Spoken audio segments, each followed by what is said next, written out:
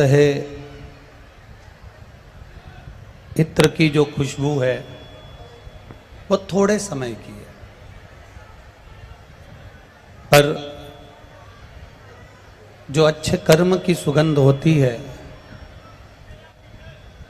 अच्छे कर्म की जो सुगंध होती है वो हमारे केवल जीते जी नहीं, मृत्यु के बाद तक की रहती है। जो अच्छे कर्म की सुगंध होती है वो लंबे समय तक चलती है।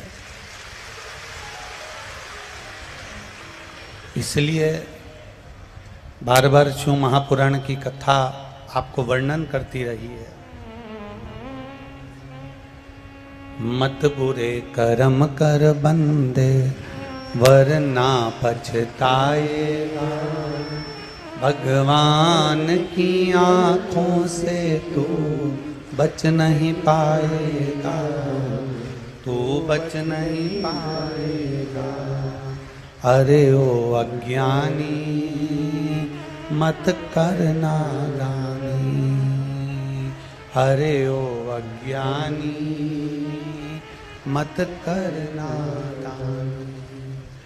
तेरे कर्म का फल भी तू ही पाएगा, जैसा किया तूने तेरे आगे आएगा।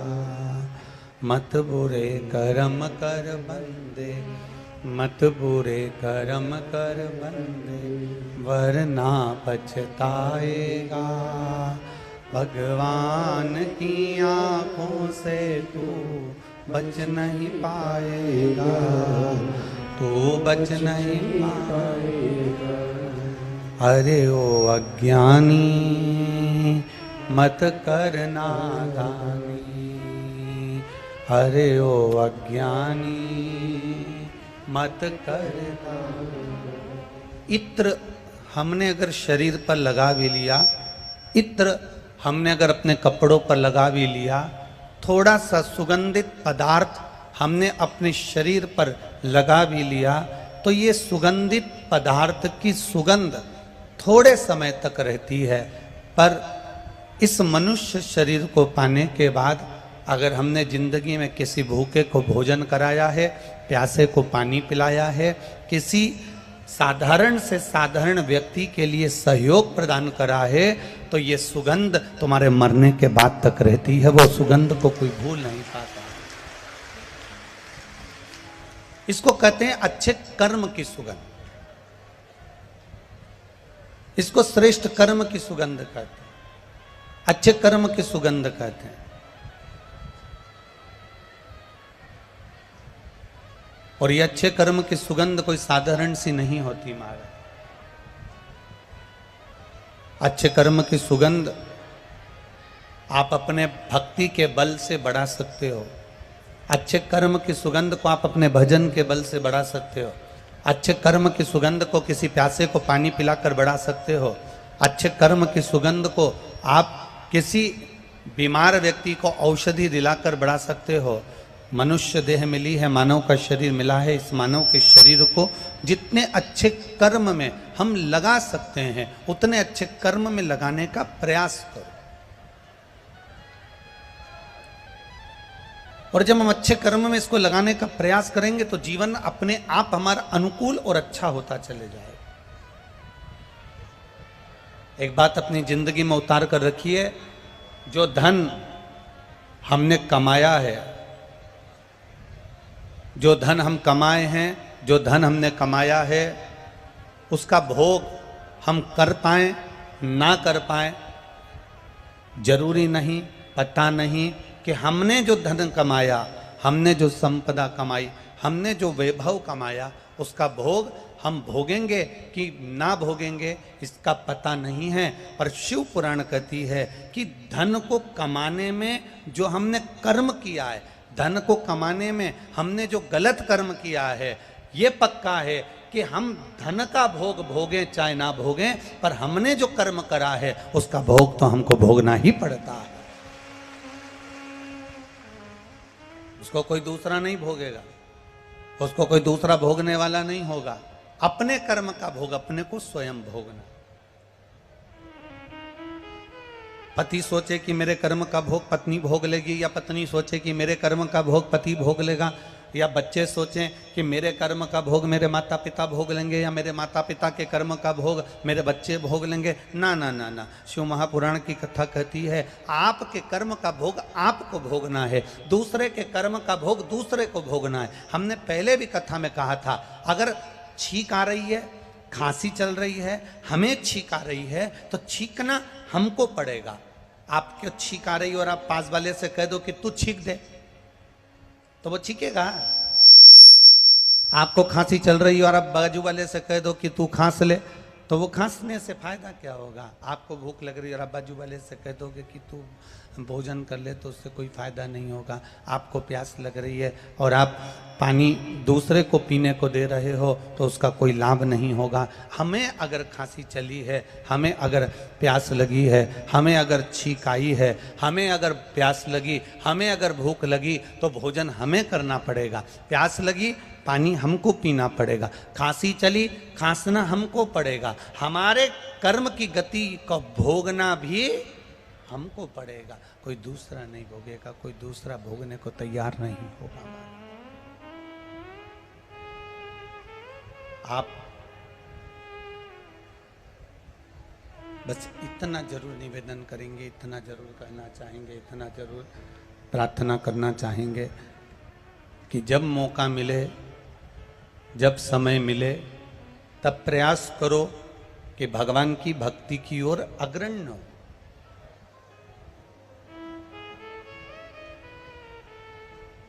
शंभु शरणे मांगू घड़ी रे दुख काटो, दया करी ने दर्शन। हमारे कर्म की गति का भोग हमको भोगना।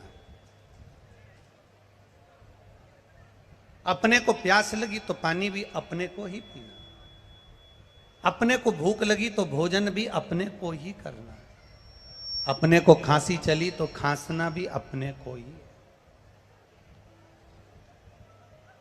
तुम जैसा कर्म करोगे वैसा भोगना तुमको है। महाराज, एक पिताजी अपना पूरा राजपाट, अपने 3 बेटे हैं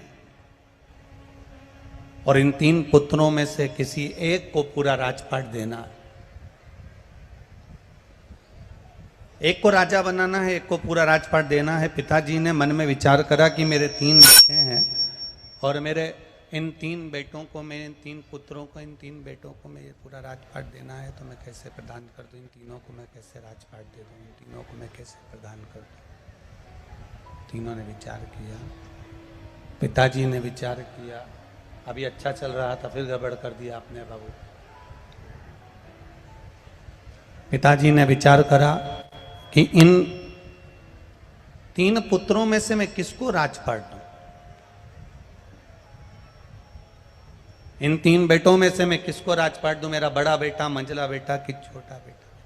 मंझले को दूं कि छोटे को दूं? कि मंझले को दूं कि बड़े को दूं कि छोटे को दूं? मैं राजपाट दूं तो दूं किसको?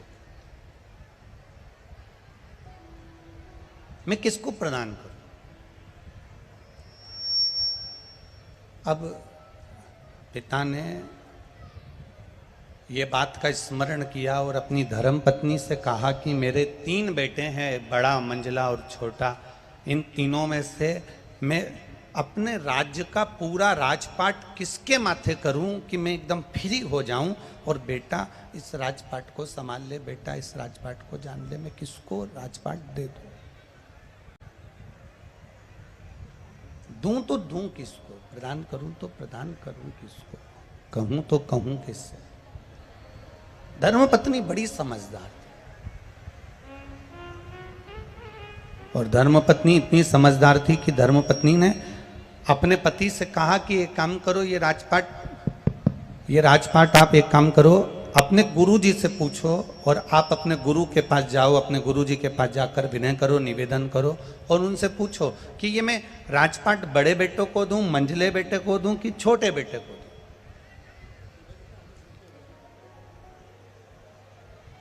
पति अपनी पत्नी को लेकर गुरु जी के पास पहुंच गए। नंदीश्वर शिव महापुराण की कथा चल रही है, जरा सावधानी से सुनना और अपने जीवन में उतारना जरूर। कह रही 3 पुत्र हैं और इन 3 पुत्र, बड़े को मैं राजपाट दूं, मंझले को राजपाट दूं कि छोटे को राजपाट दूं, ये विचारणी है।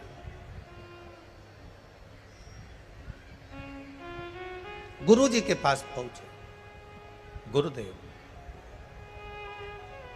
एक निवेदन आपसे, मेरे 3 बेटे हैं, इन 3 बेटों में से मैं किसको राजपाट दूं आप बता दीजिए, आप निवेदन मेरा स्वीकार कर लीजिए। गुरु जी ने कहा एक काम करो कि ये जो थोड़े से मेरे पास में पुष्प के बीज रखे हैं, फूल के बीज रखे हैं, ये फूल के बीज आप अपने 3 बेटों को दे दीजिए और आकर 3 बेटों से ये फूल के बीज आप वापिस मांग लीजिएगा।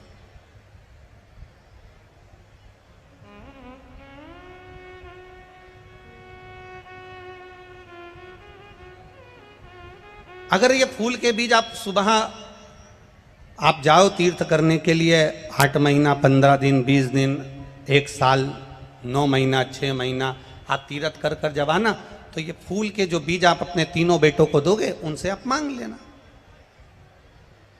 उनसे आप प्राप्त कर लेना।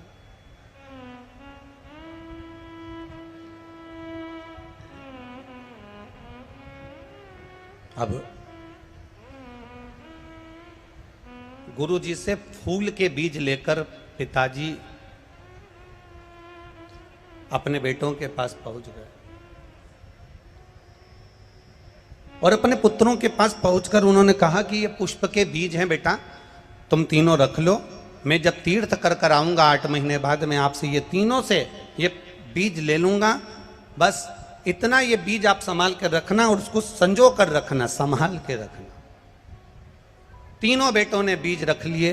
पिताजी 8 महीने के बाद जब वापिस लौट कर आए और 8 महीने के बाद जब पिताजी लौट कर आते हैं और लौट कर आने के बाद उन्होंने बड़े बेटे से पूछा, बेटा हमने आपको फूल के बीज दिए थे, पुष्प के बीज दिए थे, वो कहाँ हैं? बड़े बेटे ने पिताजी का हाथ पकड़ा और हाथ पकड़कर ले जाकर तिजोरी के सामने खड़ा कर दिया। पिताजी को कहा, पिताजी मैंने आपके फूल के बीजों को संभाल कर रखा था, क्योंकि आपने कहा था कि ये बीज संभाल कर रखना, मैं तुमसे आकर लूँगा, तुमसे प्राप्त करूँगा। और जो पिताजी को तिजोरी के सामने खड़ा करा कि ये सामने जो तिजोरी है ना पिताजी, मैंने इसमें बीजों को संभाल कर रख दिया, वो बीज कहीं नहीं जा सकते। और पिताजी ने जैसे ही अलमारी को खोला, तिजोरी को खोला, उसमें से बीज सड़ चुके थे और उसकी बदबू बाहर आ रही थी। बदबू जब बाहर आ रही थी तब पिताजी ने कहा, बेटा ये बीज तो सड़ गए, किसी काम के नहीं, इस बीज को रखने से कौन सा फायदा था, तुमने संभाल कर रख नहीं पाए, ये बीज बेकार हो गए। अब मंझले बेटे से कहा, हमने तुम्हें बीज दिए थे फूल के, वो बीज कहाँ गए? मंझला बेटा कहता है, पिताजी उस बीज की कीमत अच्छी मिल रही थी, मैंने बेच दिए, अब आपको अगर बीज चाहिए तो मैं तुरंत बाजार से खरीद कर ला कर दे देता हूं। छोटे बेटे से कहा, आपको बीज दिए थे वो कहाँ हैं? छोटे बेटे ने कहा, पिताजी आपने जो बीज दिए थे वो बीज, चलो मैं बताता हूं कहाँ है। हाथ पकड़ कर ले गए, घर के पीछे खेत में बीज जमीन में डाल दिए गए, पानी सींचकर पौधे बड़े हो गए, चारों तरफ फूल ही फूल उस बीज से लगे हुए थे। पिताजी से कहा, पिताजी आपके दिए हुए बीज को मैंने 1000 गुना कर दिया, आपके दिए हुए बीज को मैंने 1000 गुना कर दिया, लाखों गुना कर दिया, करोड़ों गुना कर दिया। ये बीज बस पिता समझ गए कि ना बड़े को देना है ना मंझले को देना है, छोटे को अपनी सत्ता प्रदान कर देना है। शास्त्र कहता है भगवान ने ये संपूर्ण जो हमारा जीवन दिया है, मनुष्य की देह दी है, मानव का शरीर दिया है, ये बीज रूपी जो मानव का शरीर दिया है, ये कोई साधारण नहीं दिया। इस बीज के महत्व को समझो, इस मानव के शरीर के महत्व को समझो। बड़ा नहीं समझ पाया, उसे तिजोरी में बंद कर दिया। इस शरीर को हम ढक कर रखे, बांध कर रखे, संभाल कर रखे, क्रीम पाउडर स्नो लगा कर रखे, साबुन में धो धो कर रखा। ये शरीर आखिरी में बेकार ही हो गया। फिर इस कई लोगों ने इस शरीर को बेच तक दिया। ये शरीर को ले जाकर गलत कर्म में लगा दिया, आड़े टेढ़े कार्य में लगा दिया, ये शरीर बेकार होता चले गया। फिर तीसरा था, इसने इस बीज को पृथ्वी में बो दिया और फूल प्रकट कर लिया, अर्थात संसार के हित के लिए इस शरीर को लगा दिया। तो चारों तरफ पुष्प ही पुष्प की सुगंध फैलती चली।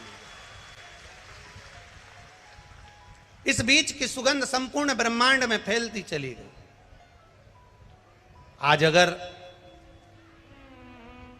ये कथा खगड़िया बिहार में हो रही है और गोस्वामी परिवार करा रहा है, तो इनके परिवार की जो सुगंध है, इस बीज की जो सुगंध है, वो संपूर्ण ब्रह्मांड को सुगंधित करने वाली है, संपूर्ण ब्रह्मांड को आनंदित करने वाली है।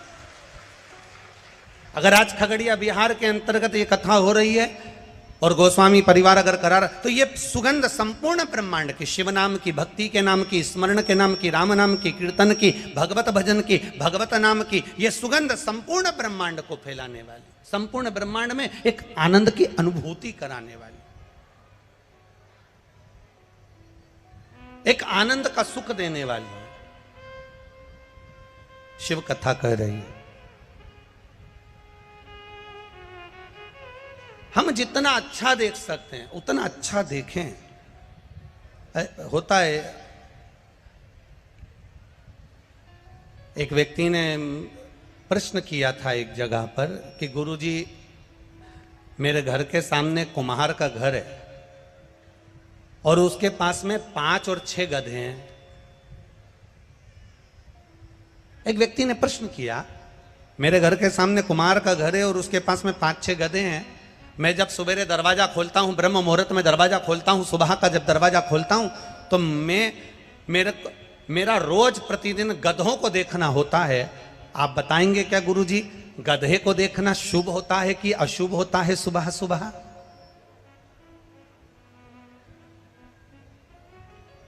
मैं सुबह से दरवाजा खोलता हूं, मेरे घर के सामने कुम्हार रहता है, उसके पास में 5-6 गधे हैं। मैं सुबह से जब दरवाजा खोलता हूं तो सबसे पहले दरवाजा खोलते से ही गधों का दर्शन होता है। सुबह से उठते से ही गधों को देखता हूं। आप बताएंगे गुरुजी कि गधा देखना सुबह से शुभ होता है कि अशुभ होता है? अब हम मन में सोचे, विचार करें कि तुम्हारा गधे को देखना शुभ होता है कि अशुभ होता है पता नहीं, पर यह पक्का है कि गधा सुबह से तुमको देखता होगा तो बेचारा दिन भर बोझा ढोता होगा। ये पक्का है। हम विचार कर रहे हैं, हम ये विचार कर रहे हैं कि हम ये कार्य करेंगे, शुभ होगा कि अशुभ होगा। शिव महापुराण की कथा कहती है, भजन करने का कोई समय नहीं होता, स्मरण करने का कोई समय नहीं होता। आप भगवान को 1 लोटा जल चढ़ा रहे हो, कई माताएं पूछती है, हम ये वाले सोमवार से पशुपति व्रत करेंगे तो शुभ होगा कि अशुभ होगा? हम अधिक मास के महीने में पशुपति व्रत करेंगे तो शुभ होगा कि अशुभ होगा? हम सावन के महीने में पशुपति व्रत करेंगे, शुभ होगा कि अशुभ होगा? हम इस सोमवार से पशुपति व्रत करेंगे, शुभ होगा कि अशुभ होगा? शिव महापुराण की कथा वर्णन करती है, सोमवार का व्रत, शंकर भगवान का स्मरण, शंकर भगवान की भक्ति और शंकर भगवान पर 1 लोटा जल चढ़ाना या पशुपति व्रत, आप कोई से भी सोमवार से प्रारंभ कर सकते हो। सब दिन शुभ है मेरे बाबा के, सारे दिन मेरे महादेव के सब दिन शुभ माने गए। एक भी दिन ऐसा नहीं है कि महादेव के लिए गलत हो, एक भी दिन ऐसा नहीं जो महादेव के लिए गलत। आप अगर भजन कर रहे हो, आप अगर स्मरण कर रहे हो, आप अगर मंत्र जाप कर रहे हो, आप अगर नाम जाप कर रहे हो, तो उसमें समय का पाबंदी नहीं कि आपने 2 घंटा भजन करा, 3 घंटा भजन करा, 4 घंटा भजन करा, स्मरण करा, मैंने 15 मिनट भजन करा। ना ना ना ना, शिव महापुराण की कथा कहती है, आप जब समय मिले, जैसा समय मिले, जैसा पल मिले, जैसी घड़ी मिले, जैसा नक्षत्र मिले, जैसा आपको अच्छा लगे वैसे अपने जिंदगी में करते चलो। और आप अपने कर्म को करते हुए जब भगवान का नाम लेते हुए आगे बढ़ोगे तो ये निश्चित है वो कर्म तुम्हारा फलेगा और तुमको उसका फल अवश्य प्राप्त होगा, ये निश्चित था। मैंने तेरे ही भरोसे बाबा, तेरे ही भरोसे हवा बिच उड़ती जावांगी बाबा, डोर हथो छड़ी नामे कटी जावांगी। भोले मैं तेरी शंभो मैं तेरी।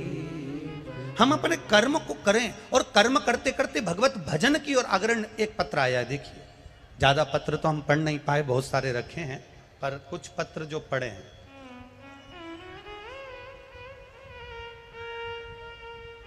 गंगा का तट है, वो देवघर वाला अपने मंदिर में नहीं है अभी, वो देवघर वाला भी यहीं खगड़िया बिहार में आ गया है 7 दिन के लिए। वो मंदिर में नहीं है, उसको मालूम है कि मैं मंदिर में कैसे रुक सकता हूं जब मेरे भक्त सब यहां पर हैं, मेरे भक्त यहां बैठे हैं, मेरे भक्त यहां पहुंचे हैं, तो वो मंदिर में कैसे बैठ सकता, कैसे बैठे।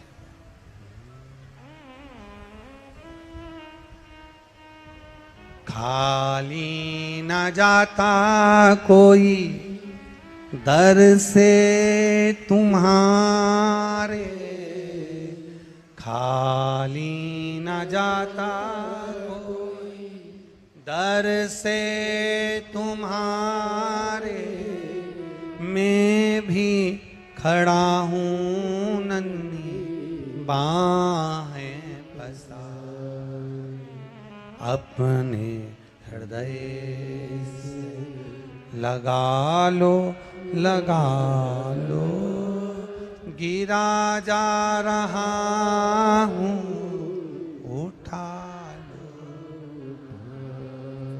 प्रभु अपने दर से अब तो न टालो, गिरा जा रहा हूँ उठा लो, उठा लो। आप दिल से अगर पहुँचे हो, भाव से अगर पहुँचे हो, एक विश्वास लेकर अगर पहुँचे हो, एक भरोसा धारण कर कर अगर पहुँचे हो, तो ये भरोसा तुम्हारा बाबा देवघर वाला कभी तोड़ेगा नहीं, तुम्हारी झोली भरेगा जरूर।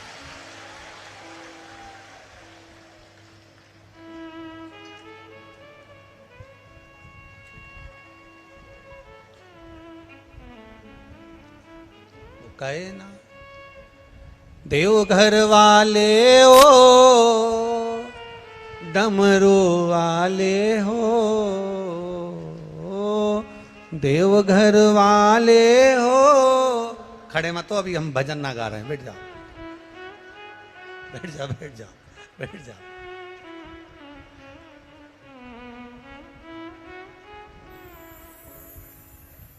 देवघर वाले हो डमरू वाले हो,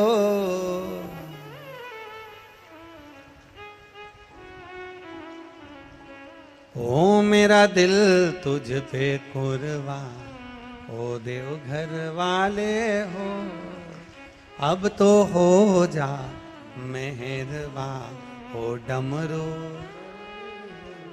बाबा के चरणारविंद का स्मरण करते हुए, भगवान का भजन करते हुए, भगवान की भक्ति को धारण करते हुए, हम जिस भजन को करते हैं, हम जिसका स्मरण करते हैं, 3 घंटा कथा होती है 2 बजे से 5 बजे तक, जगह संभालना होती है सुबह 6 बजे से 2 बजे तक, और चलो तो चलो, जगह संभाल कर बैठना, फिर बैठे बैठे भगवत भजन करना, स्मरण करना, दिन भर भगवान की विरल भक्ति में डूबे रहना कोई सहजता नहीं है महाराज। शिव महापुराण की कथा चाहे आप टीवी पर आस्था चैनल पर सुन रहे हो, चाहे फेसबुक यूट्यूब पर सुन रहे हो, मोबाइल पर सुन रहे हो, चाहे पंडाल में सुन रहे हो, जितने लोग टीवी पर कथा सुनने वाले हैं इनको भी 2 बजे का तैयारी रहती है। जल्दी कथा काम कर लूँ, 2 बजे कथा सुनूंगी, जल्दी से काम कर लूँ, 2 बजे कथा आएगी, टीवी पर कथा सुनूंगी, मोबाइल पर कथा सुनूंगी, अभी कथा चालू होने वाली है, बस सुनने बैठूंगी। ये चित्त वृत्ति में कथा उसकी समाही होती है।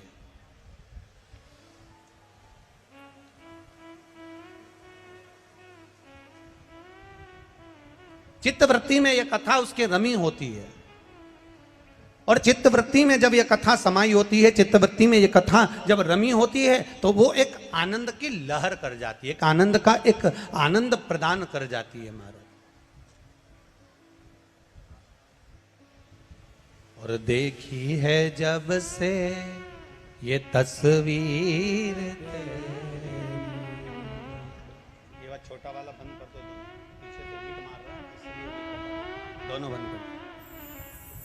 देखी है जब से ये तस्वीर तब से बदल गई है, ओ देवघर वाले हो, डमरू वाले हो, देवघर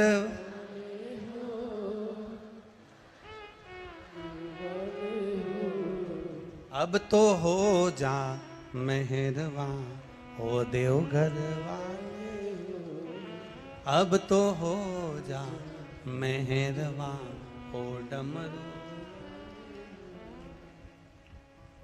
बस इस नेत्र को, इस चित्त को, इस वृत्ति को, इस मन को केवल एक बात अपने हृदय में संजोना है कि संसार सागर के लोग अपने हों ना हों, पर देव अधिदेव महादेव को अपना बनाने का प्रयास करना है।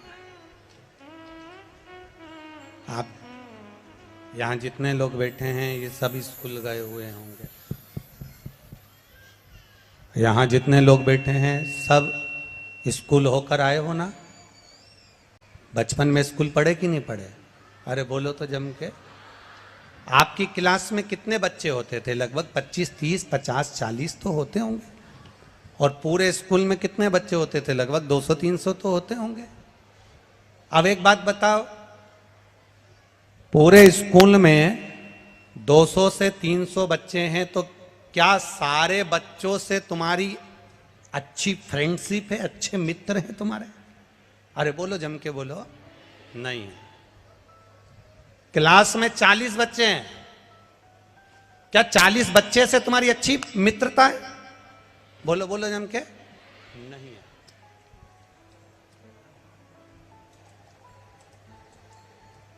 चालीस बच्चों 200 बच्चों में से 200 बच्चे हैं तो 200 बच्चों में से 200 बच्चों से तुम्हारी अच्छी मित्रता नहीं होगी। 40 बच्चे हैं तो उन 40 बच्चों से तुम्हारी अच्छी मित्रता नहीं होगी। पर उन 239 बच्चों में से कोई 2-4 बच्चे ऐसे होंगे, कोई 2-4 तुम्हारे मित्र ऐसे होंगे उन 200 में से, उन 40 में से, जिससे तुम्हारी ऐसी मित्रता हो। इसको ऊंचा कर दो, थोड़ी सी ऊंचा करो। उन 200 में से 40 में से कुछ बच्चे ऐसे होंगे जिनसे तुम्हारी ऐसी मित्रता हुई कि उन मित्रता के चलते बचपन से लेकर आज तक वो मित्रता तुम्हारी चल रही है और वो आखिरी तक चलती रहेगी। वो मित्रता तुम्हारी समाप्त नहीं।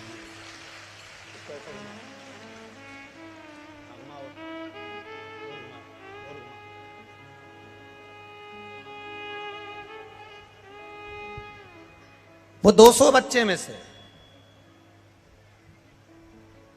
वो 40 बच्चों में से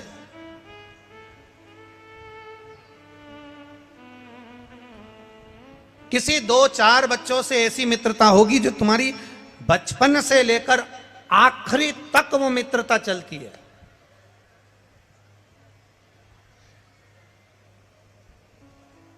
अंतिम समय तक तुम्हारी मित्रता चलती है। पूरे स्कूल के बच्चे से और पूरे क्लास के बच्चों से इतनी मित्रता नहीं होती जो 2-4 से हो जाती है, किसी 1-2 से हो जाती है। उसी तरह शिव महापुराण की कथा कहती है, जैसी 200 बच्चे में से किसी एक बच्चे से तुम्हारी मित्रता हुई और मित्रता आखिरी तक चली, भगवान शिव की कथा कहती है ऐसी मित्रता आप अपने देव अधिदेव महादेव से बना लो जो आखिरी तक चल जाए, बाकी के सबसे निपटी रहे, निप जाए आखिरी, रहने दो आखिरी तक चल। ऐसी मित्रता एक मेरे देव अधिदेव महादेव से बनाओ।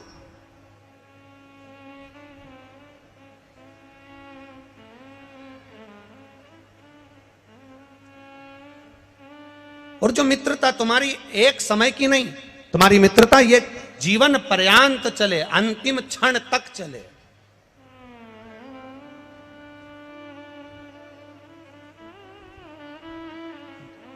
नंदी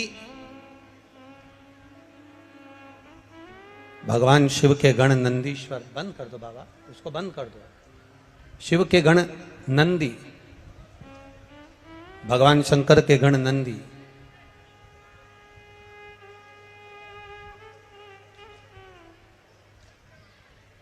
केवल एक नंदी भगवान शंकर के वाहन नहीं है। नंदी भगवान शिव को घुमाने वाले केवल एक बैल नहीं, एक वाहन नहीं। नंदी भगवान शंकर के एक मित्र भी है, एक मित्र भी है।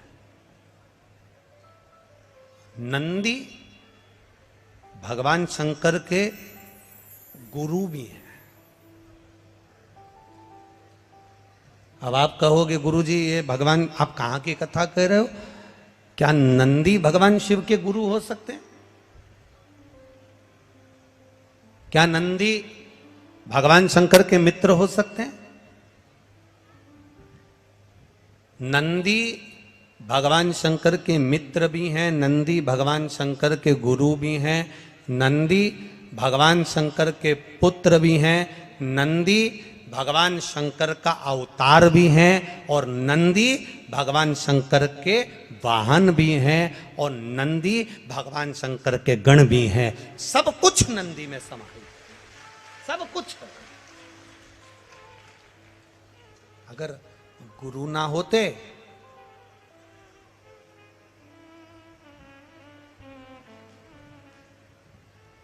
आप लोगों में से कोई नासिक गया है कभी? पंचवटी गए हो, नासिक गए हो, कुंभ के मेले में पहुंचे हो तो वहां दर्शन करे होंगे कपालेश्वर महादेव के। कौन से महादेव हैं? कपालेश्वर, कपालेश्वर महादेव। वो कपालेश्वर महादेव, कपालेश्वर महादेव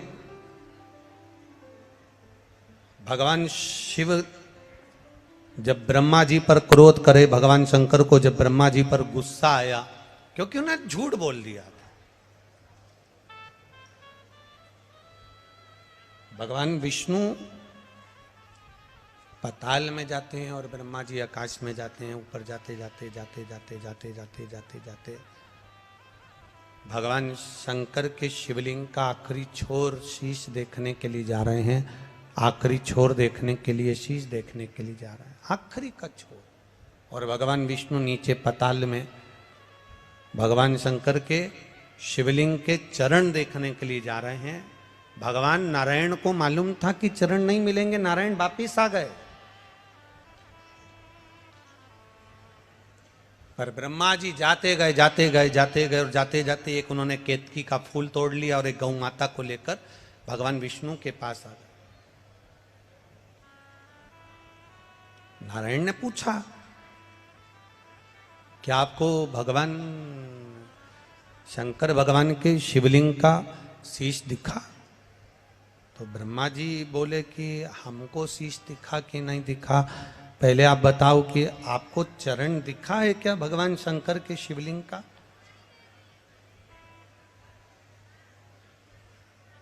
भगवान शंकर के शिवलिंग का चरण कहीं नजर आया क्या आपको?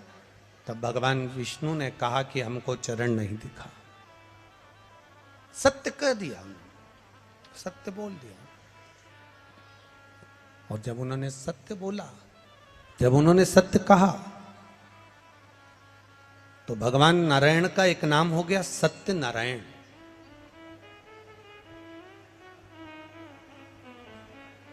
ब्रह्मा जी बोले आपको चरण नहीं मिला, वो अपनी जगह पर मुझे भगवान शंकर के शिवलिंग का शीश मिला।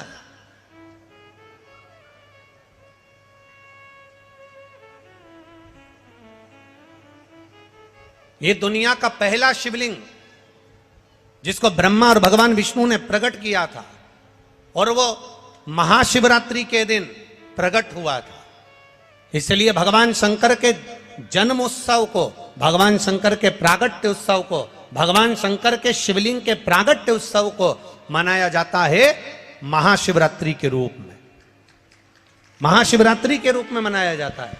और महाशिवरात्रि के रूप में जब हम भगवान शंकर का जन्म उत्सव मनाते हैं, प्रागट्य उत्सव मनाते हैं, हाँ, दुनिया के लोग शिवरात्रि को भगवान शंकर के विवाह के रूप में मनाते हैं कि शिव और पार्वती का विवाह हुआ था। पर शिव महापुराण, लिंग पुराण, स्कंद पुराण, नर्मदा पुराण, ब्रह्म वैवर्त पुराण, ये सारी पुराणें वर्णन करती है कि भगवान शंकर का शिवलिंग की उत्पत्ति शिवरात्रि के दिन हुई थी। अब हम लोग जब मना रहे हैं, हम लोग जब धारण कर रहे हैं, हम लोग कह रहे हैं कि ये भगवान शंकर का मंगल विवाह हुआ। आप भले साधना कर रहे हैं, आप भले आराधना कर रहे हैं, शिव जी की आराधना में लगे हैं, भले आपने कह दिया शिवरात्रि को भगवान की शादी हुई थी, यह आपकी सोच है, यह आपका विचार है। पर शास्त्र, हमारा पुराण, हमारा वेद, हमारा शास्त्र कहता है शिवरात्रि के दिन भगवान शंकर का प्रागट्य हुआ था। हाँ, माँ जगज्जननी के साथ में मंगल विवाह की रात्रि हो, हम मना नहीं करेंगे, पर विचार करना कि शंकर भगवान की शिवरात्रि साधना की रात्रि होती है। शंकर भगवान की शिवरात्रि एक आराधना की रात्रि होती है। हमने पहले भी कथाओं में कहा, हर महीने शिवरात्रि आती है, प्रत्येक महीने शिवरात्रि पड़ती है, और प्रत्येक महीने की शिवरात्रि पर अगर आपसे बन सके, आप दुनिया में अगर आपके पास में लोग कहें कि ये बहुत गरीब व्यक्ति है, बहुत साधारण व्यक्ति है, इसके पास धन नहीं है, वैभव नहीं है, सत्ता नहीं है, इसके पास खुद का मकान नहीं है, इसके पास खुद की प्रॉपर्टी नहीं है, इसके पास खुद की दुकान नहीं है, दूसरे के यहाँ काम करता है, इसके पास कुछ भी नहीं है, हम उनसे कहेंगे 12 महीने शिवरात्रि आती है, 5 जगह पर चढ़ाई हुई बेलपत्र, आप एक वर्ष 12 शिवरात्रि का एक नियम ले लो, 5 जगह पर बेलपत्र समर्पित करना सीख जाओ। एक बेलपत्र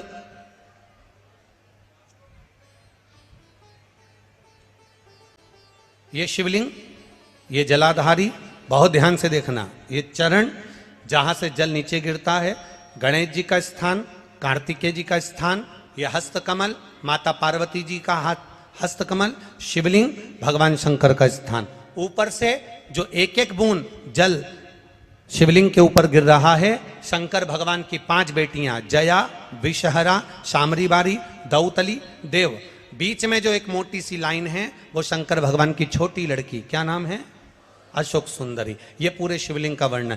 5 जगह पर बेलपत्र, 5 स्थान पर बेलपत्र, 12 महीने की शिवरात्रि। आप दूसरे के यहाँ काम कर रहे हो, नहीं है नौकरी, नहीं है काम, दूसरे के मकान में रह रहे हो, खुद का मकान भी नहीं, खुद का प्लाट भी नहीं, खुद की प्रॉपर्टी भी नहीं, बहुत संघर्ष की जिंदगी जी रहे हो, ठेला धका रहे, लॉरी चला रहे, गाड़ी चला रहे, ऑटो चला रहे, अपने लिए करने का प्रयास करना। घर में जितने सदस्य हैं, 12 महीने शिवरात्रि आती है, एक बेलपत्र अशोक सुंदरी वाली जगह पर, डंडी का मुंह नीचे की ओर।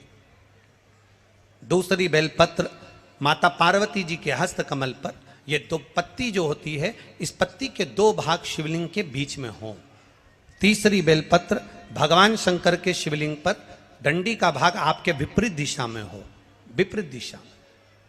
चौथी बेलपत्र भगवान शंकर का जहां से जल बहकर जाता है, जमीन पर जो जल बहता है, जमीन पे से जो जल बहकर जाता है, चौथी बेलपत्र उस जमीन के जल पर जहां से वो पानी बहकर जा रहा है, पूरे शिवलिंग को छोड़कर जहां से पानी जमीन पर बहकर जा रहा है उस स्थान पर। और पांचवी बेलपत्र नंदी का जो पांव ऊपर उठा हुआ है उस पांव के पास में पांचवी बेलपत्र समर्पित करना। एक शिवरात्रि से लेकर 12 शिवरात्रि जो एक वर्ष तक कर लेता है, एक वर्ष अपनी कड़ी मेहनत के साथ में मेहनत पूरी करना। और ये 5 बेलपत्र, 5 बेलपत्र हर महीने जो शिवरात्रि आती है उस पे समर्पित करना प्रारंभ कर दीजिए और मेहनत करना प्रारंभ कर दीजिए। आपको आपके कर्म का फल मिलेगा। साल भर के अंदर आप अच्छे बनकर बैठ सकते हैं। शिवरात्रि 12 महीने आती है, 12 महीने, हर महीने शिवरात्रि।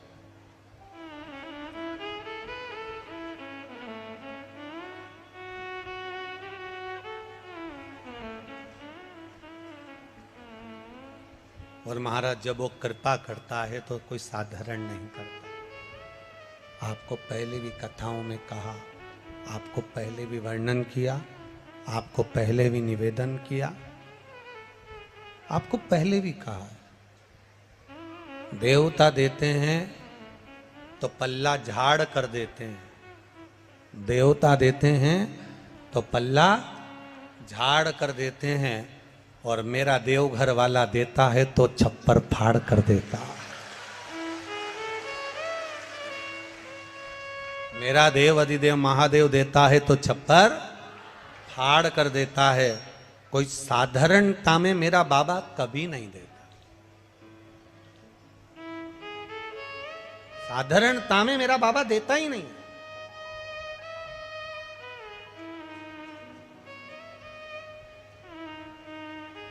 अभी हम यहाँ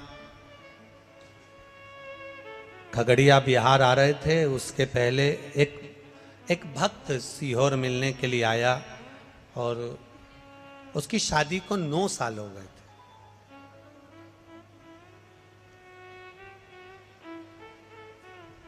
और टीवी के माध्यम से कथा सुनकर उसने सफेद आंकड़े की जड़ का प्रयोग करा था और 9 वर्ष शादी को हो गए थे, संतान नहीं। अब उसकी पत्नी ने एक बार पशुपति व्रत करा, संतान गर्भ नहीं ठहरा। दूसरी बार उसने फिर 1-2 महीना छोड़कर फिर पशुपति व्रत करा, गर्भ नहीं ठहरा। तीसरी बार फिर पशुपति व्रत करा, गर्भ नहीं ठहरा। चौथी बार पशुपति व्रत करने के लिए आतुर हुई और बाबा की कृपा, पहला सोमवार पूरा हुआ और डॉक्टर ने बोला कि तुम्हारा गर्भ ठहर गया। डॉक्टर बोले तुम्हारा गर्भ ठहर गया। यहीं ऊपर एक कुर्सी ला दो उनकी।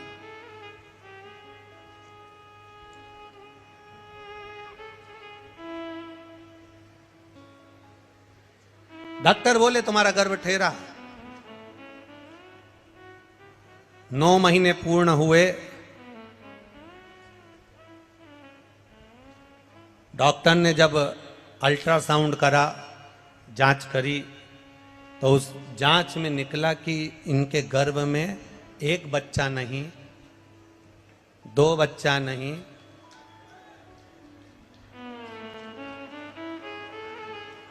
माला दे दो, माला माला दो।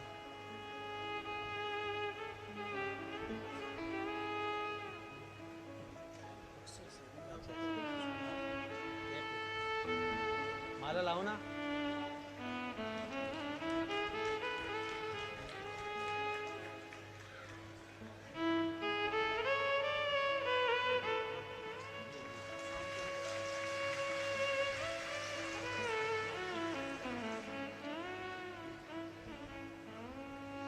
जब गर्भ की जांच हुई और अल्ट्रासाउंड कराया, सोनोग्राफी कराई, तो मालूम पड़ा इनके गर्भ में 1 बच्चा नहीं, 2 बच्चे नहीं, 3 बच्चे गर्भ के अंदर हैं। अब बड़ा आश्चर्य हुआ।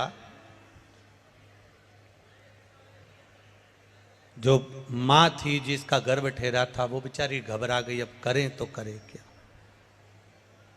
क्या करा जाए। आखिरी में पति ने कह दिया तो चिंता मत कर, सियोर वाला महाराज कहता है सारी समस्या का हल एक लोटा जल। शिव जी को एक लोटा जल चढ़ाएंगे, रोज पिएंगे। डॉक्टर ने कहा है 3-3 बच्चे हैं, इनका ग्रोथ होना बड़ा कठिन है। पूरे 9 महीने जल चढ़ाकर दोनों पति पत्नी पैदल मंदिर तक जाना, जल चढ़ाना, पीना, और बाबा की कृपा से गर्भ से 3 पुत्रों ने जन्म लिया। शिव की कृपा।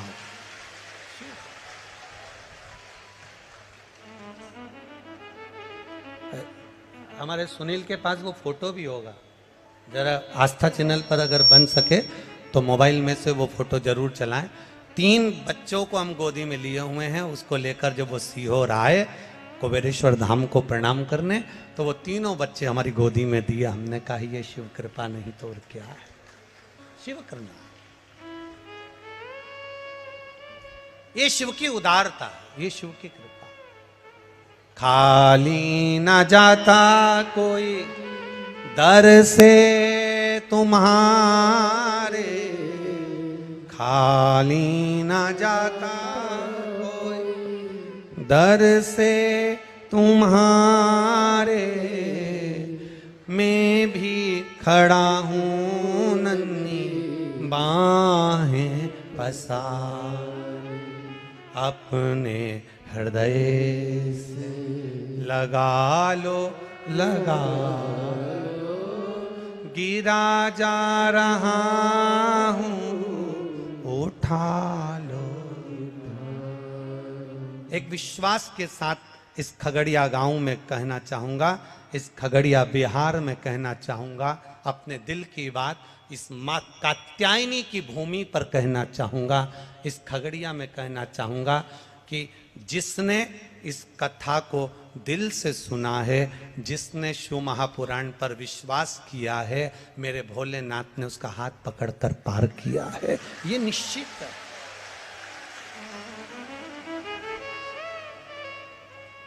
आप अगर वो सुनील दिखाना बाबू कैमरे से, प्रयास करना कि उसको चैनल पर दिखाया जाए। तीनों बच्चों के फोटो एक विश्वास के साथ में, एक एनर्जी के साथ में, एक बल के साथ में, अग्रण्यता हो।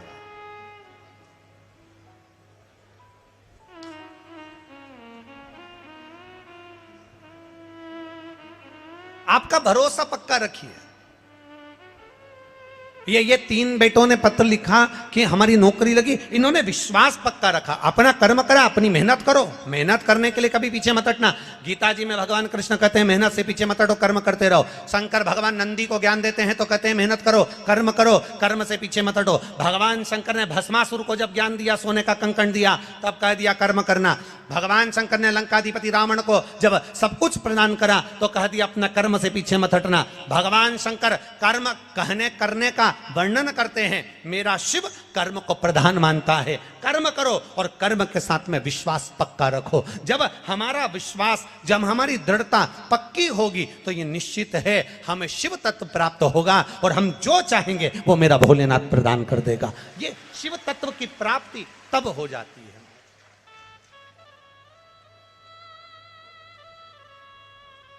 आप मित्रता 200 से, आपके क्लास में 200 लोग हैं, 200 लड़के हैं, 200 बच्चे हैं, उनसे मित्रता मत रखो। 2-1 से मित्रता पूरी होगी। 40 बच्चे हैं, 1-2 से मित्रता पूरी होगी। उसी तरह संसार में ना जाने कितनों से मिलना होगा, पर एक मिलन मेरे महादेव से ऐसा मित्रता कर रखना कि बाबा के ऊपर सब छोड़ देना कि अब तेरे ऊपर छोड़कर चल रही हूं। मैंने सुना शिव महापुराण में कि तू एक कंकर में शंकर समाहित होता है।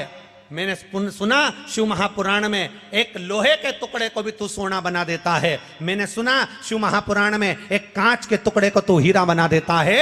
मैंने सुना शिव महापुराण में कि 12 शिवरात्रि का जो वर्णन है करा, 12 शिवरात्रि का जो स्मरण करा, 5 बेलपत्र का जो वर्णन किया वो बेलपत्र का मैं भी उसको चढ़ाना प्रारंभ करूं। 12 शिवरात्रि पूरी होगी, मेरा देव अधिदेव महादेव सुनेगा जरूर और मेरी झोली भरेगा जरूर। अब इसमें एक नियम भारी है, वो नियम का स्मरण करना कि नियम कैसा चाहिए। आप कर्जे में हो गए, परेशान हो गए, टेंशन में आ गए, जिंदगी बेकार सी लग रही है, निवेदन है मेहनत करना। जो काम को कर रहे हो, जो दुकान लगा रहे हो, जो कार्य कर रहे हो, ठेला चला रहे हो, ऑटो चला रहे हो, चलाते रहो, पर उसके साथ में बाबा पर भरोसा रखो। इसमें एक नियम भारी है। कौन सा नियम? कि मान लो 12 शिवरात्रि में आप 1-2 शिवरात्रि शिव जी के मंदिर पहुंच गए, तीसरी शिवरात्रि पर भूल गए या किसी कारणवश कहीं दूर चले गए, ना जा पाए, तो घर के जितने सदस्य हैं सबसे निवेदन है कि 12 महीने की शिवरात्रि का नियम बना रहे हो तो घर के सभी लोग बेलपत्र चढ़ाने का नियम बनाओ। उसका कारण ये है, घर का एक व्यक्ति अगर बाहर चले भी गया, घर का दूसरा व्यक्ति शिवरात्रि को भूल भी गया, घर का तीसरा व्यक्ति किसी कारणवश काम में लग भी गया, तो घर का चौथा व्यक्ति तो शिवरात्रि याद रखेगा और हमारा नियम पूरा हो जाएगा। नियम पूरा हुआ तो हमारा कार्य पूरा। हम उस नियम को पूरा करें, हम उस कार्य को पूरा करें।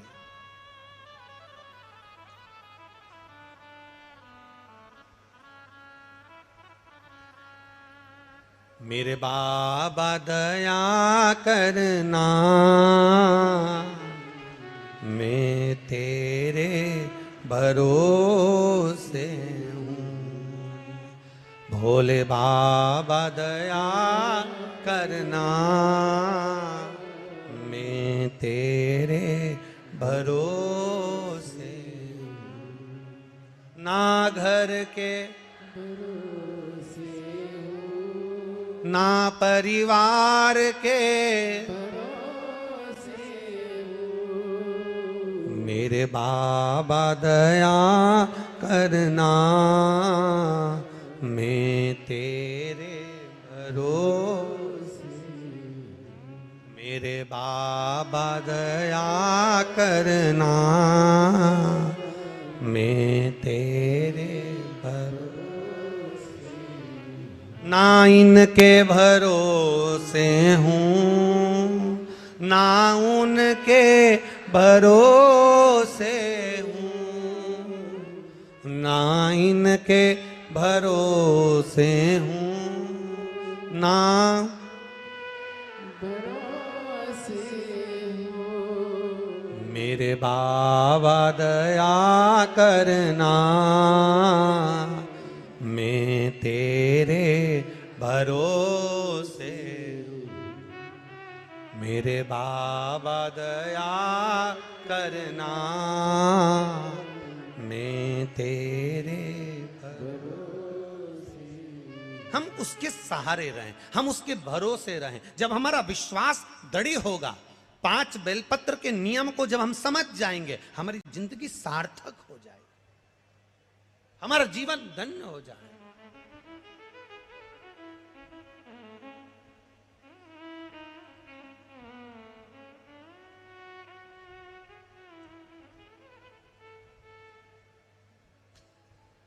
बाबा से विश्वास, भरोसा, दृढ़ता। नंदी भगवान शंकर का मित्र भी है, नंदी भगवान शंकर का गुरु भी है, नंदी भगवान शंकर का शिष्य भी है, नंदी भगवान शंकर का गण भी है, नंदी भगवान शंकर का वाहन भी है, नंदी भगवान शंकर का अवतार भी है, नंदी भगवान शंकर का पुत्र भी है। नंदी ये कोई साधारण नहीं।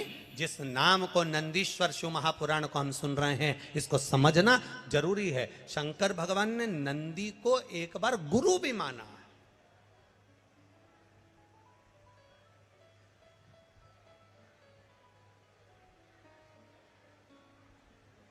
एक बार नंदी को गुरु मान लिया भगवान ने। जब ब्रह्मा जी झूठ बोल दिए, केतकी के फूल ने झूठ बोला, तो भगवान ने कह दिया, केतकी मैं तुझे श्राप देता हूं, तू शिव पर कभी नहीं चढ़ेगी। गौ माता को श्राप दिया भगवान ने झूठ बोलने पर कि तू झूठ बोली है, इसलिए तेरा पूरा शरीर पूजा जाएगा पर तेरा मुख अपूज्य होगा, अपूज्य। अब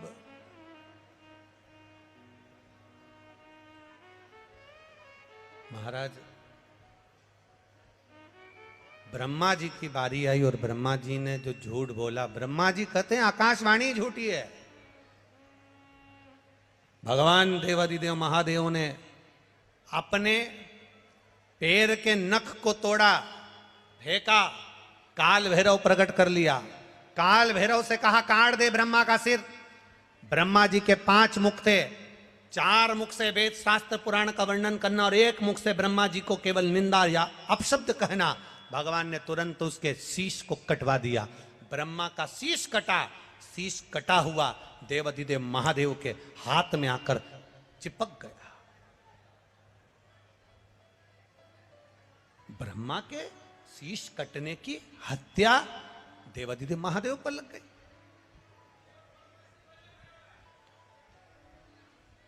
कपाल लग गया हाथ से, शीश लग गया हाथ में,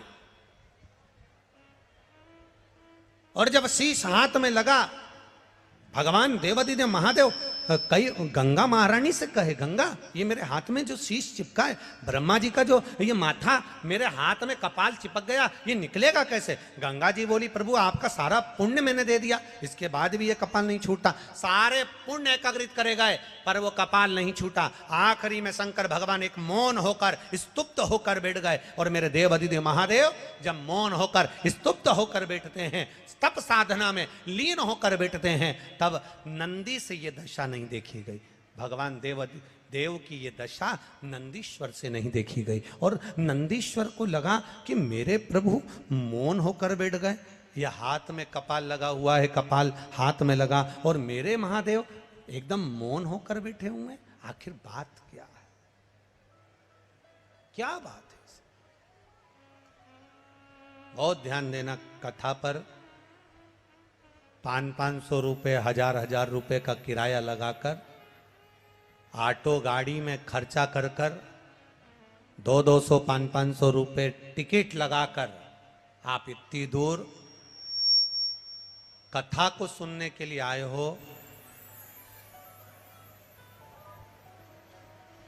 10 रुपये के पानी के पाउच या 20 रुपये की पानी की बोतल के चक्कर में कथा मत छोड़ देना, इतना ध्यान रखना।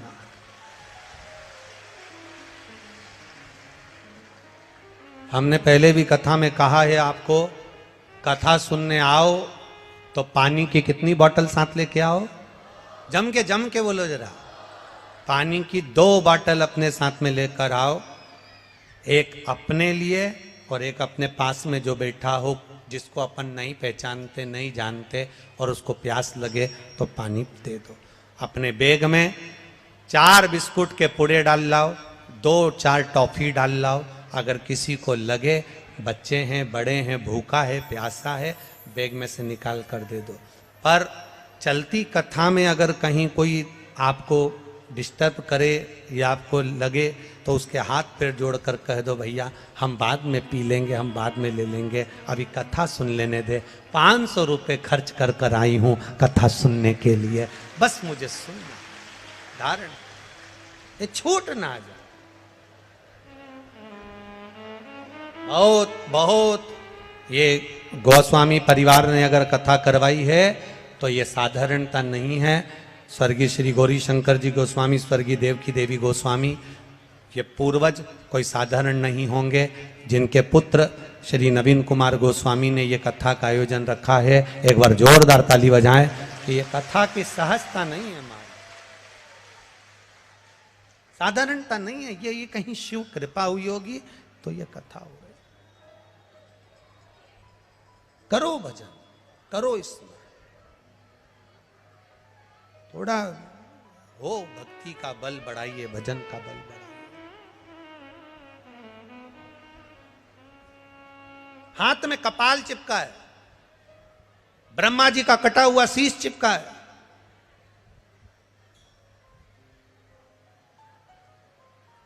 और हाथ में जब ब्रह्मा जी का कटा हुआ शीश चिपका हुआ है, भगवान शिव तप साधना करने के लिए बैठ गए। अब वो कपाल हाथ से निकल नहीं रहा। गंगा महारानी भी कह रही है कि मैंने सारा पुण्य दे दिया पर ये कपाल नहीं निकल रहा। यमुना जी कह रही हैं मैंने पूरा पुण्य दे दिया। सरयू जी कह रही हैं, नर्मदा जी कह रही हैं सारा पुण्य दे दिया, पर ये कपाल हाथ से छूट नहीं रहा। नंदीश्वर से नहीं देखा गया, भगवान शिव के प्रिय गण नंदी से नहीं देखा गया। और जब नंदीश्वर से नहीं देखा गया तो नंदीश्वर उसी समय पर वहां से ओझल हो जाते हैं, चले जाते हैं।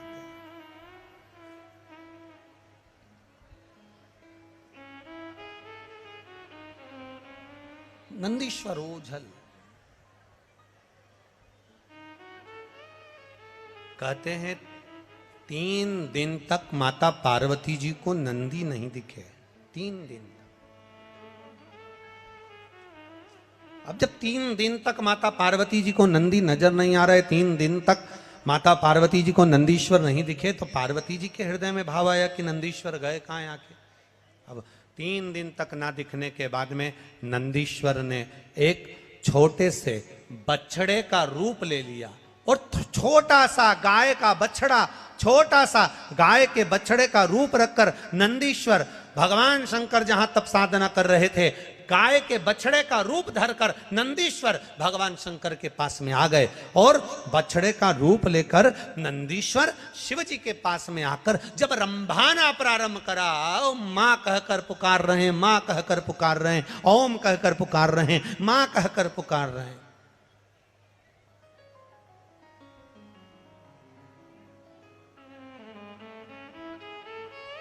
आप लोगों के यहां पर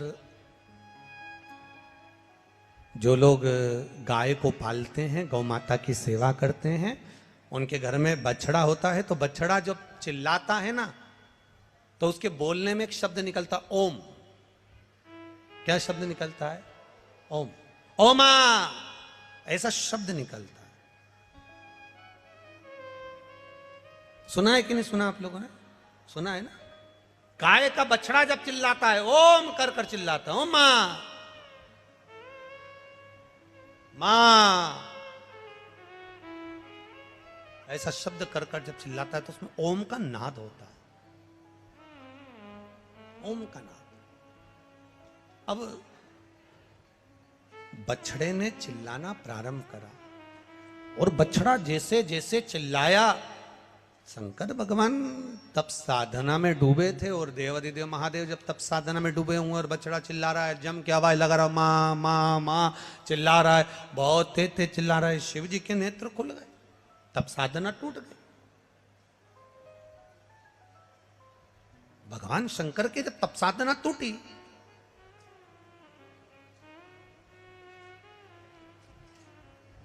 शिव जी ने देखा कि ये बछड़ा आया है और तप साधना मेरी तोड़ दिया है। और बछड़े ने चिल्लाकर कहा, मां, शंकर भगवान के डमरू की जो डोर थी, उस डमरू की डोर को छोटे से बछड़े ने अपने छोटे से सींग में उस डमरू की डोर को लटका लिया।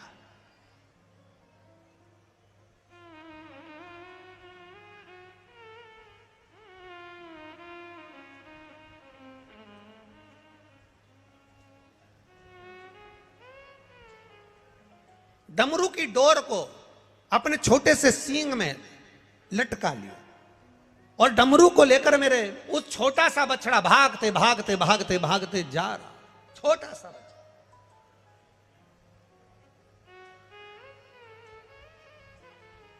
पहुंच गए पंचवटी, नासिक, गोदावरी का तट। और मां गोदावरी के तट पर जैसे ही वो बछड़ा पहुंचा, शंकर भगवान के डमरू को बछड़े ने वहां गिरा दिया। और बछड़े ने वहां गिराया जहां डमरू गिरा, गिरते से ही गोदावरी के तट पर मेरे शंकर भगवान तप साधना करने के लिए बैठे।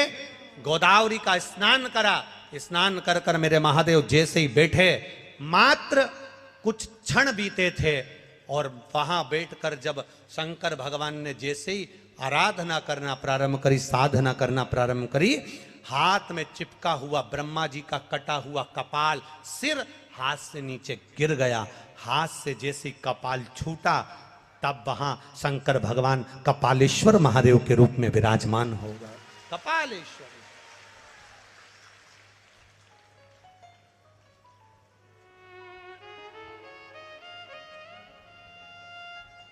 दुनिया के केवल मात्र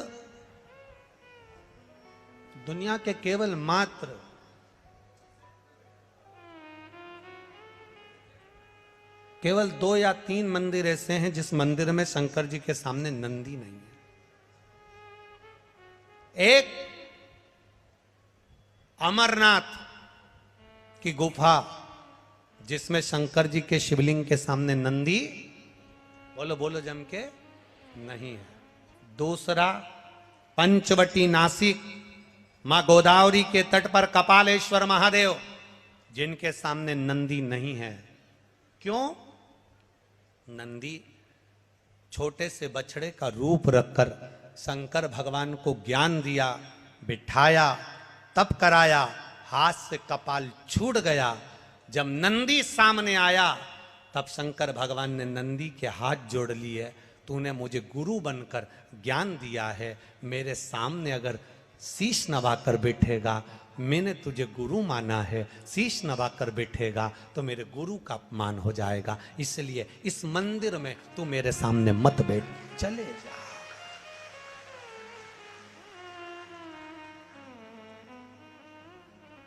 नासिक का पंचवटी में कपालेश्वर महादेव गोदावरी के तट पर एक ऐसा मंदिर, भारत की भूमि का वो सिद्ध मंदिर जहां पर भगवान शंकर अपने नंदी को सामने नहीं रखते हैं, क्योंकि मैंने इसको गुरु माना है और गुरु ज्ञान दिया, इसलिए मुझे गोदावरी के तट तक पहुंचा दिया। गुरु ने ज्ञान दिया तो यहां तक पहुंचा।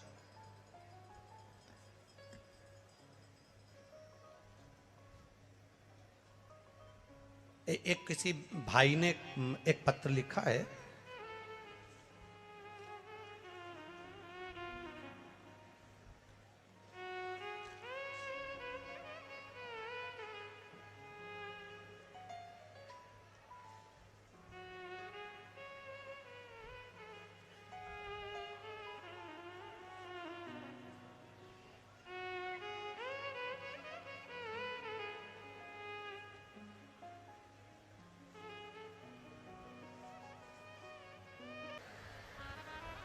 मान लो ये शिवलिंग, ये जलाधारी, किसी किसी मंदिर में नंदी मंदिर के बाहर होता है, गर्भगृह के बाहर। बोलो सही है कि गलत है? अब जरा समझ लेना बहुत अच्छे से हैं। किसी किसी मंदिर में नंदी जो मंदिर अंदर का होता है गर्भगृह, उस गर्भगृह से बाहर होता है। किसी किसी मंदिर में नंदी का जो शिवलिंग होता है भगवान का, उसके सामने जो जलाधारी होती है, नंदी उसके सामने होता है। बोलो करें दर्शन।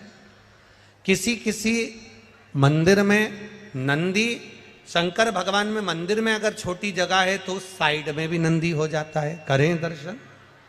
कहीं कहीं शिवलिंग है, जलाधारी है, सब कुछ है, गणेश जी नहीं है, कार्तिकेय जी नहीं है, पार्वती जी नहीं है, केवल शिवलिंग है, जलाधारी है और नंदी है। करें हैं दर्शन। किसी किसी मंदिर में केवल शंकर भगवान का स्वरूप विराजमान है, शिवलिंग विराजमान है, नंदी नहीं है। तो शिव महापुराण की कथा यहां वर्णन कर रही है, उसको जरा समझिएगा। शिव पुराण कहती है, भगवान शंकर का चरित्र कहता है, शिव तत्व कहता है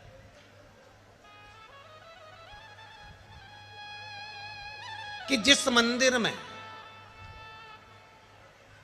नंदी जहां विराजमान, जिस जगह पर विराजमान है, सामने बैठा हो, गर्भगृह के बाहर बैठा हो, या तिरछे में बैठा हो, या शिवलिंग जिस भाव से विराजमान है, आप अपनी जो आराधना कर रहे हो, आप अपनी जो भाव से पूजन कर रहे हो, आराधना कर रहे हो, सेवा कर रहे हो, उसमें तुम्हारे भीतर ये भेद नहीं आना चाहिए कि इस मंदिर में नंदी तो बाहर है ही नहीं, तो मैं पूजन कैसे करूं। इस मंदिर में तो नंदी सामने बैठा है, तो मैं पूजन कैसे करूं। इस मंदिर में नंदी तिरछा बैठा है, तो मैं इसकी पूजन कैसे करूं। इस मंदिर में तो पार्वती जी नहीं है, गणेश जी नहीं है, सदानंद कार्तिकेय जी नहीं है, तो मैं पूजन कैसे करूं। शिव महापुराण की कथा कथी, ये भाव हमारे भीतर नहीं आना।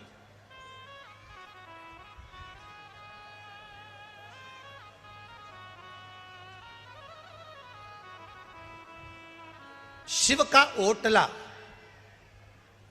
ओटले से मतलब है कि कहीं कहीं वृक्ष के नीचे भगवान शंकर बैठे रहते हैं, तो वहां मंदिर नहीं होता, केवल एक ओटला है, केवल ओटला, और उस पर शिवलिंग रखा हुआ, केवल एक ओटले पर भगवान शंकर का शिवलिंग रखा है। या मंदिर है, गर्भगृह है, बड़ा चौक नहीं है। शिव महापुराण की कथा कथी है, जहां पर शंकर भगवान विराजमान होते हैं, जहां शिवलिंग रखा हुआ होता है, जिस ओटले पर शंकर भगवान का शिवलिंग विराजमान होता है, जिस गर्भगृह में शंकर भगवान का शिवलिंग विराजमान होता है, अगर वहां नंदी का भी तुमको दर्शन नहीं हो रहा है, वहां नंदी तुम्हें दिखाई नहीं पड़ रहे हैं, तो भी तुम यह मान कर चलना कि बिना नंदी के शंकर भगवान वहां बैठा ही नहीं है। ओटले पर भी अगर बैठा है तो नंदी की पीठ पर ही बैठा हुआ, जहां वो बैठा है। गला पकड़ रहा है रे बाबू, गला पकड़ रहा है, वो नंदी वहां विराजमान है, वो नंदी वहां बैठा हुआ, नंदी कहीं दूर नहीं है। एक पत्र आया है, जरा ध्यान दीजिए। शिव उपासना करे, हमारी दृष्टि में भेद मत करो कि मंदिर में नंदी है कि नहीं है, नंदी है कि नहीं है, गणेश जी है कि नहीं है, कार्तिकेय जी है कि नहीं है, पार्वती जी मंदिर में है कि नहीं है, ये भेद हमको नहीं करना। हमको तो केवल एक देखना है, क्या मंदिर के अंदर शिवलिंग है। हमें केवल शंकर, हमारा शिव जहां है वहां गणेश भी है, रिद्धि सिद्धि भी है, सदानंद कार्तिकेय भी है, पार्वती भी है और नंदी भी है। और नंदी अकेला नहीं, 33 कोटि देवी देवता भी वहीं पर विराजमान। जहां शिवलिंग, जहां शंकर भगवान का शिवलिंग विराजा है, वहां सब कुछ है। फिर हमको नहीं देखा, वह सर्वस्व है।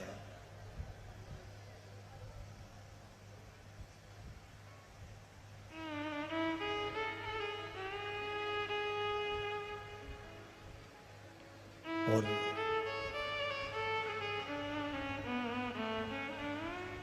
महाराज अपने कर्म के अनुसार हम जो भजन कर रहे हैं, अपने कर्म के अनुसार हम जो भक्ति कर रहे हैं, अपने कर्म के अनुसार हम भगवान की स्मरण कर रहे हैं, हम कर्म के अनुसार भगवान की विरल भक्ति को धारण कर रहे हैं, कर्म के अनुसार हम भगवान की विरल भक्ति को कर रहे हैं, इसका फल मिलता जरूर है। एक बात अपने जीवन में उतार कर रखना,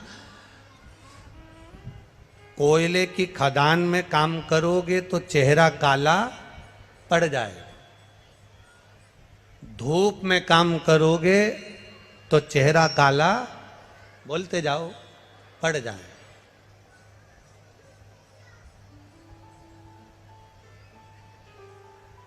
कोयले का काम करा तो भी चेहरा काला हुआ, धूप में काम करा तो भी चेहरा काला हुआ। और कोई कोई ऐसा होता है कि पैदा ही काला होता है। अब समझना, जरा बहुत अच्छे से समझना कि कोयले से अगर चेहरा काला हो गया तो पानी से धो लोगे, साफ हो जाएगा, ठीक है। धूप से अगर चेहरा काला हुआ तो क्रीम से साफ हो जाए।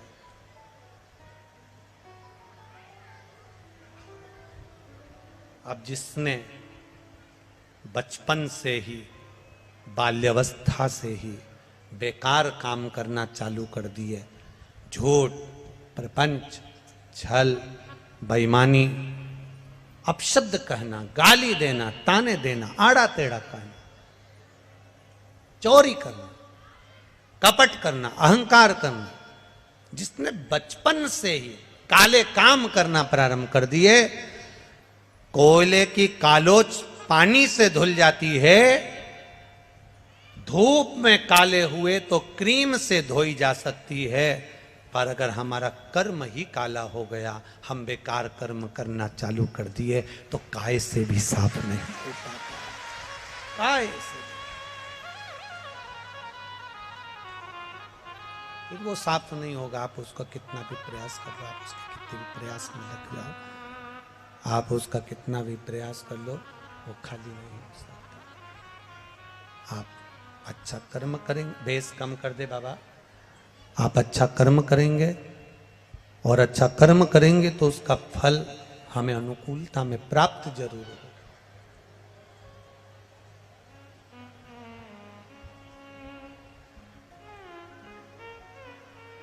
मंदिर में नंदी मत ढूंढो।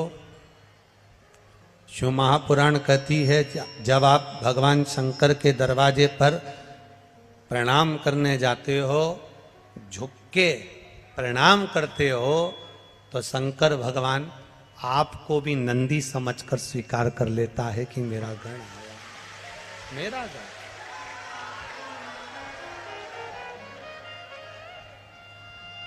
आप कुछ मंदिर में नंदी ढूंढना प्रारंभ ना करिएगा।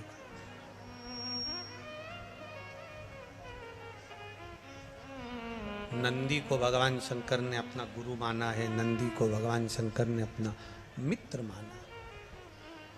जब ब्रह्मा जी ने झूठ बोल दिया, जब ब्रह्मा जी झूठ कह दिया, जब ब्रह्मा जी ने झूठ बोल दिया, झूठ बोला ब्रह्मा जी ने, तब जब ब्रह्मा जी झूठ बोल दिया और उनका सिर कट गया, कपाल जब हाथ में लग गया, नंदी ने आकर बछड़े का रूप लेकर शंकर भगवान को एक मार्ग बता दिया, एक सतमार्ग बता दिया।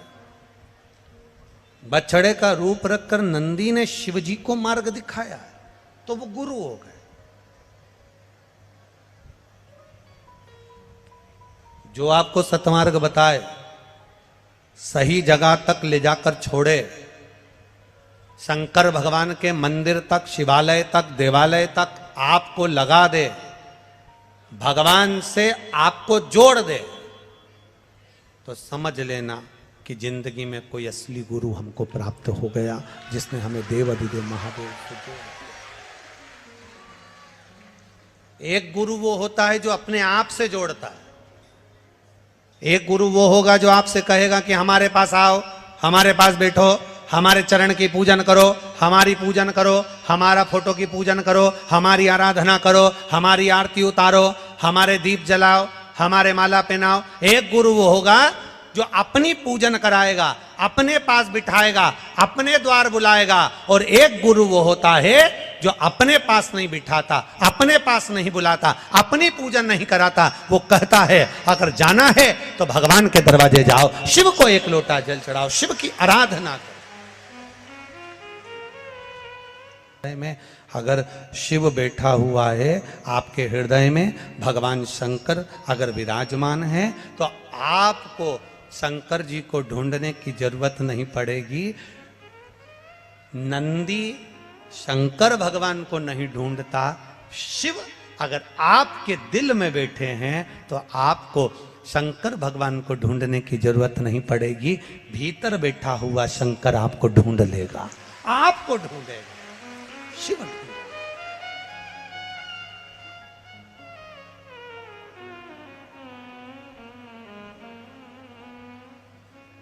शिव को ढूंढना सब। महाराज, ब्रह्मा जी का सिर कट गया, कर्मनाशा नदी प्रकट हो गई।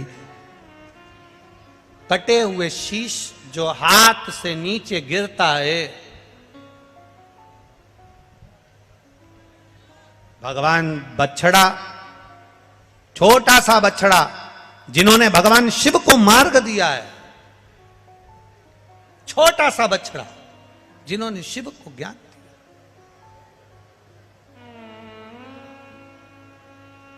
ऐसा नहीं कि ज्ञान केवल व्यासपीठ से ही मिलता है, ऐसा नहीं है। ज्ञान तो आपको कहीं पर भी प्राप्त हो सकता है, कहीं पर भी। एक पति पत्नी रात को सो रहे थे, सोते सोते तुरंत पत्नी की आधी रात को 2 बजे नींद खुल गई। पत्नी की नींद खुली और पत्नी उठकर बैठ गई, लाइट चालू करी। पति ने कहा क्या बात है, क्यों उठ के बैठ गई? सोन दे, मुझे दुकान पर जाना रहता है, दिन भर थक जाता हूं, सो जा। पत्नी कह रही मुझे नींद नहीं आ रही। अरे तो तुझे नींद नहीं आ रही तो मुझे तो आ रही है ना, सो। पत्नी बोली नहीं सोऊंगी, मुझे नींद नहीं आ रही। अरे मुझे नींद नहीं आ रही ना। तो पति ने कहा नींद कोई कारण होता है तो नींद नहीं आती, तुझे क्या कारण है? इतने में पत्नी बोली मैं मेरे इतना सा पूछना चाहती हूँ कि मान लो अपने को एक बेटा हो गया, एक पप्पू हो गया, तो वो कहाँ सोएगा? इतने में पति थोड़ा सा पलंग पे से उधर खसका और पति ने कहा यहाँ सो जाएगा, तू सो जान दे, मुझे तेरे हाथ जोड़ू, सो जा, सो जा, मेरे को दुकान जाना है। पत्नी सो गई। रात्रि को 2:30 बजे फिर जग गई, फिर लाइट चालू, फिर उठ के बैठी। पति ने कहा अब क्या हो गया? पत्नी बोली मुझे नींद नहीं आ रही। अब क्यों नींद नहीं आ रही? मान लो अपने घर में एक बेटी हो गई, छोटी सी पप्पी हो गई, तो कहां सोएगी? पति और खसका, वो यहां सो जाएगी। सो जा, तेरे हाथ जोड़ो, मुझे सुबह दुकान जाना है, सो जा। पत्नी सो 3 बजे रात को फिर जग गई वापिस। पति ने कहा क्या हुआ? पत्नी बोली मुझे नींद नहीं आ रही। क्यों नहीं आ रही? मान लो हमारे घर में एक पप्पू और हो गया तो? पति और खसका, बस खसका ही था तो पलंग से नीचे गिर गया। क्योंकि पलंग तो पलंग होता है, कोई सरकार की रोड थोड़ी ना कि खसकते जा। नीचे गिर गया, नीचे गिर गया। पति ने कहा यहाँ सो जाएगा, अब सो जा। पत्नी तो सो गई, पति की नींद खुल गई। उसने रात्रि सुबह 4 बजे अटैची जमाई, बेग जमाया और बेग जमाने की तैयारी करने लगा। सुबह सवेरे पत्नी उठी। पत्नी ने उठते से ही पूछा रात को तो तुम बहुत अच्छी बातें कर रहे थे, अब ये कहाँ जाने की तैयारी कर रहे हो? पति ने एक शब्द कहा। पति बोला केवल रात्रि को पुत्र की कामना करी और कमर की हड्डी टूट गई। अगर बेटा पैदा हो गया तो ना जाने कौन कौन सी हड्डी तोड़ेगा, उससे अच्छा है मैं तो देवघर जाकर बैठ गया। मात्र पुत्र की कामना हमारी हड्डी को तोड़ दी है। अगर पुत्र हो गया तो ना जाने कितनी हड्डी टूटेगी। इसलिए निवेदन है, ऐसा नहीं कि ज्ञान केवल व्यासपीठ से मिलता है, चलित भाषा में भी हमें ज्ञान मिल जाता है। कभी कभी घर के छोटे छोटे बच्चे भी हमको ज्ञान दे देते हैं। कभी कभी घर में रहने वाला एक छोटा सा जीव भी हमको ज्ञान दे देता है। कभी कभी घर में रहने वाले बुजुर्ग भी हमको ज्ञान दे देते हैं। कभी कभी घर में रहने वाला एक साधारण सा नौकर चाकर भी हमको ज्ञान दे देता है। कोई सहजता या साधारणता नहीं होती। शिव महापुराण की कथा कहती है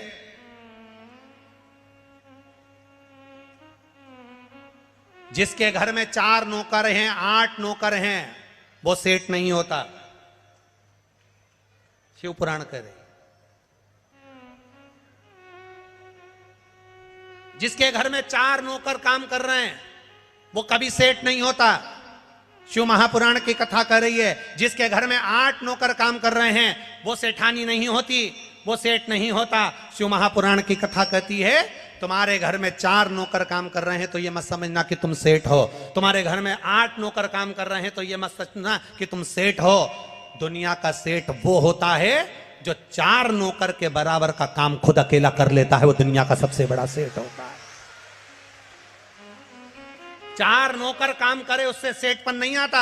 8 लोग तुम्हारे यहां काम करे उससे तुम सेठ नहीं कहलाते। सेठ तब कहलाते हो जब 4 लोगों का काम करने की सामर्थ्यता, 8 आदमी की काम करने की सामर्थ्यता तुम्हारे भीतर भोलेनाथ दे दें और तुम अकेले ही 10 पर भारी पड़ जाओ तो समझना कि दुनिया के सबसे बड़े सेठ हो।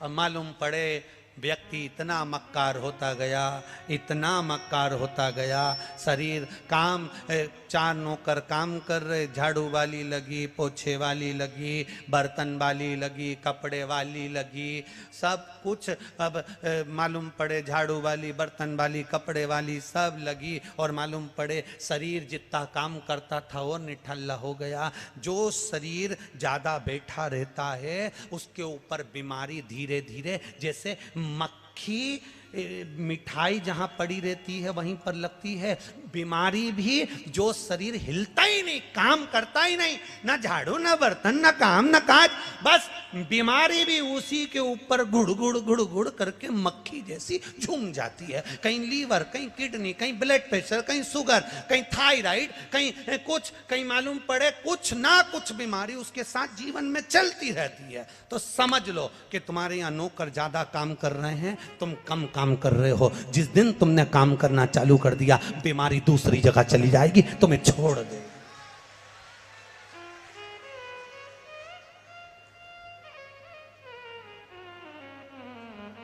बीमारी के लिए दवाई ढूंढने से अच्छा है थोड़ा सा मेहनत करना चालू करो। अपने कमरे की झाड़ू खुद लगाओ, अपने कमरे का पोछा खुद लगाओ, अपने कमरे का काम खुद करो। अब तो बच्चे भी जन्म लेते हैं, हम बोलेंगे और आप लोगों को बुरा लग जाएगा। रे बोल दें क्या? तुम संभाल लोगे? ठीक है, तो बोल देते हैं। बहुत करोड़पति लोग होते चले जाते हैं तो उनके घर में बच्चे भी कभी कभी विकलांग जैसे जन्म लेते हैं। उसका कारण केवल एक है, घर के डॉक्टर ने कह दिया बेड रेस्ट, ना बहू हाथ हिलाती, ना पांव हिलाती, ना कहीं जाती, ना कहीं आती, एक गिलास पानी का नहीं उठाती, तो बच्चा भी अंदर बीमारी को घेर लेता है और वो बच्चा भी विकलांग जैसा पैदा हो जाता है। उसको सुधारना है, उसको संवारना है। डॉक्टर ने कहा बेड रेस्ट, इसके बाद भी डॉक्टर से पूछना। विदेश में डिलीवरी होने के 2 हॉस्पिटल हैं, एक नॉर्मल डिलीवरी, एक ऑपरेशन से डिलीवरी। ऑपरेशन से डिलीवरी 50,000 में और नॉर्मल डिलीवरी 5 लाख में। अब नॉर्मल डिलीवरी 5 लाख में और ऑपरेशन की 50,000 में, ये क्यों? और हमारे यहां भारत में तो ऑपरेशन से महंगी होती और नॉर्मल सस्ती होती, और विदेश में ये महंगी सस्ती क्यों? तो कहा ऑपरेशन से डिलीवरी होती है 50,000 में, ऑपरेशन हुआ बच्चा जन्म ले लेता है, पर नॉर्मल डिलीवरी जो होती है उसके लिए जिसको डिलीवरी होना है उसको डिलीवरी के 3 महीने पहले उसको हम आश्रम में रखते हैं, कमरा देते हैं, चक्की देते हैं, चूल्हा देते हैं और पूरी खेती बाड़ी देते हैं। भोजन भी उसको बनाना पड़ता है, झाड़ू भी उसको लगाना पड़ती है, गोबर से लीपना भी उसको पड़ता है, अपना घर संभालना पड़ता है, और बच्चा कब जन्म ले लेता है मालूम ही नहीं पड़ पाता है। ये नॉर्मल डिलीवरी है। अब आज के जमाने में सास बहू से कह दे थोड़ा सा हिल लिया कर, काम कर लिया कर, तो बहू तुरंत। माता कात्यायनी के गांव में बैठे हैं अपन, नाम नहीं लूंगा, तुरंत बस सास ने कहा थोड़ा सा काम कर लिया कर, हिल लिया कर, इतने में बहू अपने पति से तुरंत तुम्हारी मम्मी काम का बोलती, और डॉक्टर बोल रहा बेड रेस्ट। इतने में पति ने कहा मैं तेरे को एक अच्छा वाला लैपटॉप लाके दे दूंगा, तू तो पड़ी रहने,